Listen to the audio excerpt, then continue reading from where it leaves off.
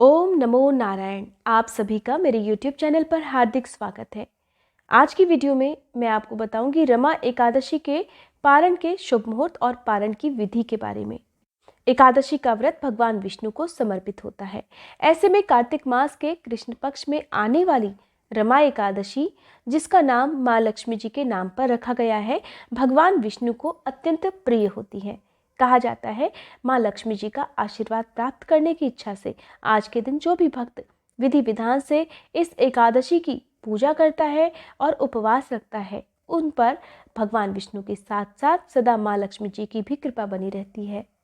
इस बार नवंबर महीने में कुल 3 एकादशी व्रत पड़ने वाले हैं, जिनमें से पहला एकादशी व्रत है 1 नवंबर दिन सोमवार को।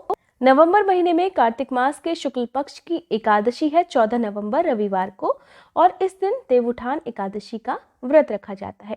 भगवान विष्णु अपनी 4 महीने की योग निद्रा से इसी दिन जागते हैं। अंग्रेजी महीने के अनुसार नवंबर महीने में 30 नवंबर को मंगलवार के दिन उत्पन्ना एकादशी का व्रत रखा जाएगा, लेकिन हिंदी महीने के अनुसार ये एकादशी व्रत पड़ेगा मार्गशीर्ष महीने के कृष्ण पक्ष में। आइए अब जान लेते हैं रमा एकादशी की तिथि और शुभ मुहूर्त के बारे में, और उसके बाद मैं आपको बताऊंगी कि इस व्रत का पारण किस तरह से करना चाहिए। कार्तिक मास के कृष्ण पक्ष में पड़ने वाली रमा एकादशी है 1 नवंबर सोमवार को, और इसी दिन व्रत रखा जाएगा। एकादशी व्रत का प्रारंभ दशमी तिथि की शाम से ही हो जाता है। ऐसे में दशमी तिथि को शुद्ध सात्विक भोजन ग्रहण करना चाहिए और सूर्यास्त से पहले ही भोजन कर लेना चाहिए। एकादशी की तिथि प्रारंभ हो रही है 31 अक्टूबर की दोपहर 2:28 से, जिसकी समाप्ति होगी 1 नवंबर की दोपहर 1:22 पर। इसके बाद से द्वादशी तिथि प्रारंभ हो जाएगी 1 नवंबर की दोपहर 1:23 से, और द्वादशी तिथि समाप्त होगी 2 नवंबर की सुबह 11:31 पर। 1 नवंबर को यानी कि एकादशी के दिन सूर्योदय का समय रहेगा सुबह 6:35 और सूर्यास्त का समय रहेगा शाम 5:44 पर।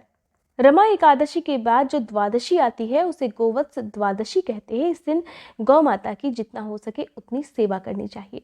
द्वादशी तिथि को यानी कि 2 नवंबर को सूर्योदय का समय रहेगा सुबह 6:36 और सूर्यास्त का समय रहेगा शाम 5:44। व्रत का पारण मुहूर्त रहेगा 2 नवंबर मंगलवार की सुबह 6:37 से लेकर सुबह 9:50 तक। इसलिए अगर आपने एकादशी का व्रत रखा है तो आप सुबह को इसी शुभ मुहूर्त में अपना व्रत खोल सकते हैं। ध्यान रखना है कि व्रत हमेशा द्वादशी तिथि को सूर्योदय के बाद ही खोलना चाहिए। आप पूजा चाहे सूर्योदय से पहले कर सकते हैं, लेकिन व्रत जो खोला जाता है वो हमेशा सूर्योदय के बाद ही खोला जाता है। अगर आप एकादशी की संपूर्ण पूजा विधि जानना चाहते हैं और व्रत कथा सुनना चाहते हैं तो इसकी वीडियो मेरे चैनल पर पहले से अपलोड है। अगर आपने उस वीडियो को नहीं देखा है तो आप मेरे चैनल पर एकादशी व्रत की संपूर्ण पूजा विधि की वीडियो देख सकते हैं। अब मैं आपको बताती हूँ कि द्वादशी तिथि के दिन व्रत किस तरह से खोला जाता है। सबसे पहली बात तो द्वादशी तिथि को व्रत खोलने का एक नियम है कि कभी भी हरिवासर के समय व्रत नहीं खोला जाता, और ये नियम एकादशी के ऊपर ही लागू होता है। हरिवासर क्या समय होता है? देखिए, हरिवासर समय होता है द्वादशी तिथि का प्रथम 1/4 पहर, यानी कि जब द्वादशी तिथि प्रारंभ हुई हो तो उसके जो शुरू के 4-5 घंटे होते हैं वही हरिवासर का समय होता है। ऐसे में क्योंकि जो द्वादशी तिथि प्रारंभ हो रही है वो 1 नवंबर की दोपहर से ही प्रारंभ हो रही है, तो शुरू के जो 4-5 घंटे हैं वो द्वादशी तिथि को किसी भी प्रकार शुभ समय नहीं माना जाता व्रत खोलने के लिए। ऐसे में जिन भक्तों ने 31 अक्टूबर को ही एकादशी का व्रत रख लिया है उनके लिए ये समय शुभ नहीं माना जाता। इसलिए जरूरी होगा कि आप 1 नवंबर को व्रत कर 2 नवंबर को व्रत अपना खोल सके। एकादशी के दिन आप विधि विधान से भगवान विष्णु की पूजा करें, और ठीक उसी तरह से आपको द्वादशी तिथि के दिन भी पूजा करनी चाहिए। द्वादशी तिथि के दिन आप ब्रह्म मुहूर्त में उठकर स्नान करें, अपने घर को अपने मंदिर को साफ करें। साफ पीले रंग के या हल्के रंग के वस्त्रों का प्रयोग आप करें, और इसके साथ ही हाथ में जल पुष्प लेकर आपको आज के दिन दान करने का भी संकल्प लेना चाहिए। क्योंकि देखिए, एकादशी का एक नियम ये भी होता है कि अगर आपने व्रत रखा है तो आप द्वादशी तिथि को किसी ब्राह्मण को, किसी निर्धन व्यक्ति को या किसी भी जरूरतमंद व्यक्ति को बिना दान कराए या बिना भोजन कराए आपको अपना व्रत नहीं खोलना चाहिए। इसलिए आपको दान का संकल्प लेना जरूरी होता है, चाहे आप छोटा सा ही दान क्यों ना करें। अब अपने मंदिर में आप पूर्व दिशा की तरफ मुंह करके बैठ जाइए। आसन पर बैठकर पूजा करनी चाहिए। महिलाओं को या कन्याओं को अपना सर ढककर पूजा करनी चाहिए। गीले बाल रखकर कभी भी किसी महिला को या किसी भी कन्या को पूजा नहीं करनी चाहिए। यानी कि बाल गीले हो सकते हैं लेकिन बालों से पानी नहीं टपकना चाहिए। अब बात आती है पूजा किस तरह से करें। तो देखिए, जिस तरह से आपने एकादशी में मंत्रों के साथ, अगर आपने मंत्रों के बारे में जानना है तो इसकी वीडियो भी मेरे चैनल पर अपलोडेड है, या आपको जो भी भगवान विष्णु के मंत्र आते हो, ओम नमो नारायण या ओम श्री विष्णवे नमः या ओम नमो भगवते वासुदेवाय, या आप कृष्ण भगवान के मंत्रों का भी जाप आज के दिन कर सकते हैं। क्योंकि अगर आपके पास विष्णु भगवान की प्रतिमा या तस्वीर नहीं है तो आप कृष्ण भगवान की भी पूजा आज के दिन कर सकते हैं। इस प्रकार आप सुबह के समय पूजा करें।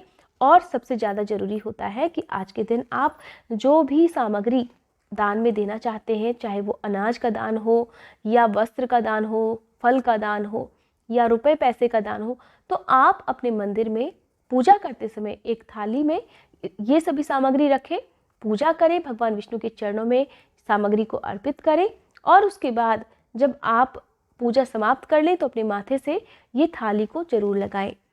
सुबह के समय भी आपको व्रत की कथा सुननी चाहिए, आरती करनी चाहिए और भगवान विष्णु को, माँ लक्ष्मी जी को भोग लगाना चाहिए। देखिए, भोग में आप चाहें तो तुलसी दल तो जरूर अर्पित करें ही, आप चाहें तो जो भी शुद्ध सात्विक भोजन आपने अपने लिए बनाया हुआ है, यानी कि उसका भोग भी आप भगवान श्री हरि को लगा सकते हैं। रोटी सब्जी का या पूड़ी सब्जी का, हलवे का भोग भी आप भगवान श्री हरि को लगा सकते हैं। किसी भी फल का, मिठाई का भोग आप लगा सकते हैं। कोशिश कीजिए कि पीले रंग के फल, चाहे वो केला हो या पपीता हो, भगवान श्री हरि को आप अर्पित कर सकते हैं। द्वादशी तिथि के दिन बनाया गया भोजन शुद्ध सात्विक होना चाहिए और सेंधा नमक का प्रयोग अगर आप कर सकें तो अच्छा है।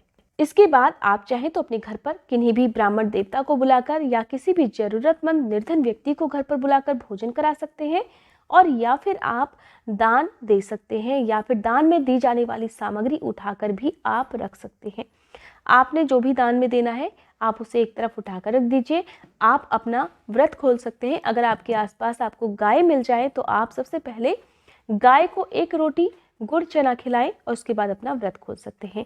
अगर आपको गाय भी नहीं मिलती तो आप थोड़ी शक्कर काली चींटियों के लिए भी डाल सकते हैं, या छत पर पक्षियों के लिए दाना भी रख सकते हैं। ये भी एक प्रकार से पुण्य का काम ही माना जाता है और इसके बाद आप अपना व्रत आसानी से खोल सकते हैं। देखिए, कई बार ऐसा होता है कि एकादशी के दिन आपका कोई और भी व्रत पड़ सकता है, चाहे वो सोमवार का हो या शुक्रवार का व्रत हो। तो आप ऐसे में क्या करेंगे कि आपका जो भी व्रत है उसकी भी पूजा आप करें, एकादशी के व्रत की भी पूजा आप करें अगर आपको व्रत रखना है, और आप सभी नियमों का पालन करें। देखिए, एकादशी का व्रत अगर आप रखते हैं तो कहते हैं कि इस दिन अन्न ग्रहण नहीं किया जाता, लेकिन आप फलाहार रात के समय कर सकते हैं। क्योंकि आपने अगर, चाहे वो सोमवार का व्रत हो या शुक्रवार का व्रत हो या गुरुवार का व्रत हो, तो आप शाम के समय अन्न ग्रहण ना करें, कोई भी फल ग्रहण कर सकते हैं। इस प्रकार आपका एकादशी और दूसरा व्रत भी सफल हो जाता है। अब बात आती है कि द्वादशी तिथि को क्या चीज़ें आप दान में दे सकते हैं। देखिए, क्योंकि सर्दी का समय आ रहा है तो ऐसे में अगर आप ज़रूरतमंद लोगों को, निर्धन लोगों को या बेसहारा जो लोग होते हैं उनकी ज़रूरत का सामान उन्हें दे सकें, उन्हें गर्म कपड़े, जूते चप्पल वगैरह आप दे सकें तो बहुत अच्छी बात है। इससे ज़्यादा पुण्य और हो ही नहीं सकता। और अगर आप अनाज का दान करना चाहते हैं, चाहे वो आटा हो या फिर कोई भी सब्जी हो, तो कम से कम इतना दान तो जरूर करें कि एक व्यक्ति का एक समय का भोजन आसानी से बन सके। तो एक समय का भोजन बनाने में जो भी सामग्री प्रयोग में आती है वो सभी आप दान करें तो अच्छी बात है। इसके साथ ही अगर आप ऐसा भी नहीं कर सकते तो आप अपने सामर्थ्य के अनुसार रुपए पैसों का दान भी कर सकते हैं। आप दान हमेशा ऐसे व्यक्ति को ही करें जो कि इसका सदुपयोग कर सके, और हमेशा सम्मान के साथ प्रसन्न मन से ही दान करना चाहिए। दान करते समय आपके मन में किसी तरह का कोई अफसोस नहीं होना चाहिए। इस प्रकार एकादशी के नियमों का पालन जो भी भक्त सच्चे मन से और श्रद्धा से करता है, भगवान विष्णु उनकी सभी मनोकामनाएं पूर्ण करते हैं। ये थी आज की वीडियो। अगर आज की जानकारी पसंद आई हो तो वीडियो को लाइक करके कमेंट बॉक्स में विष्णु भगवान की जय लिखना मत भूलिएगा।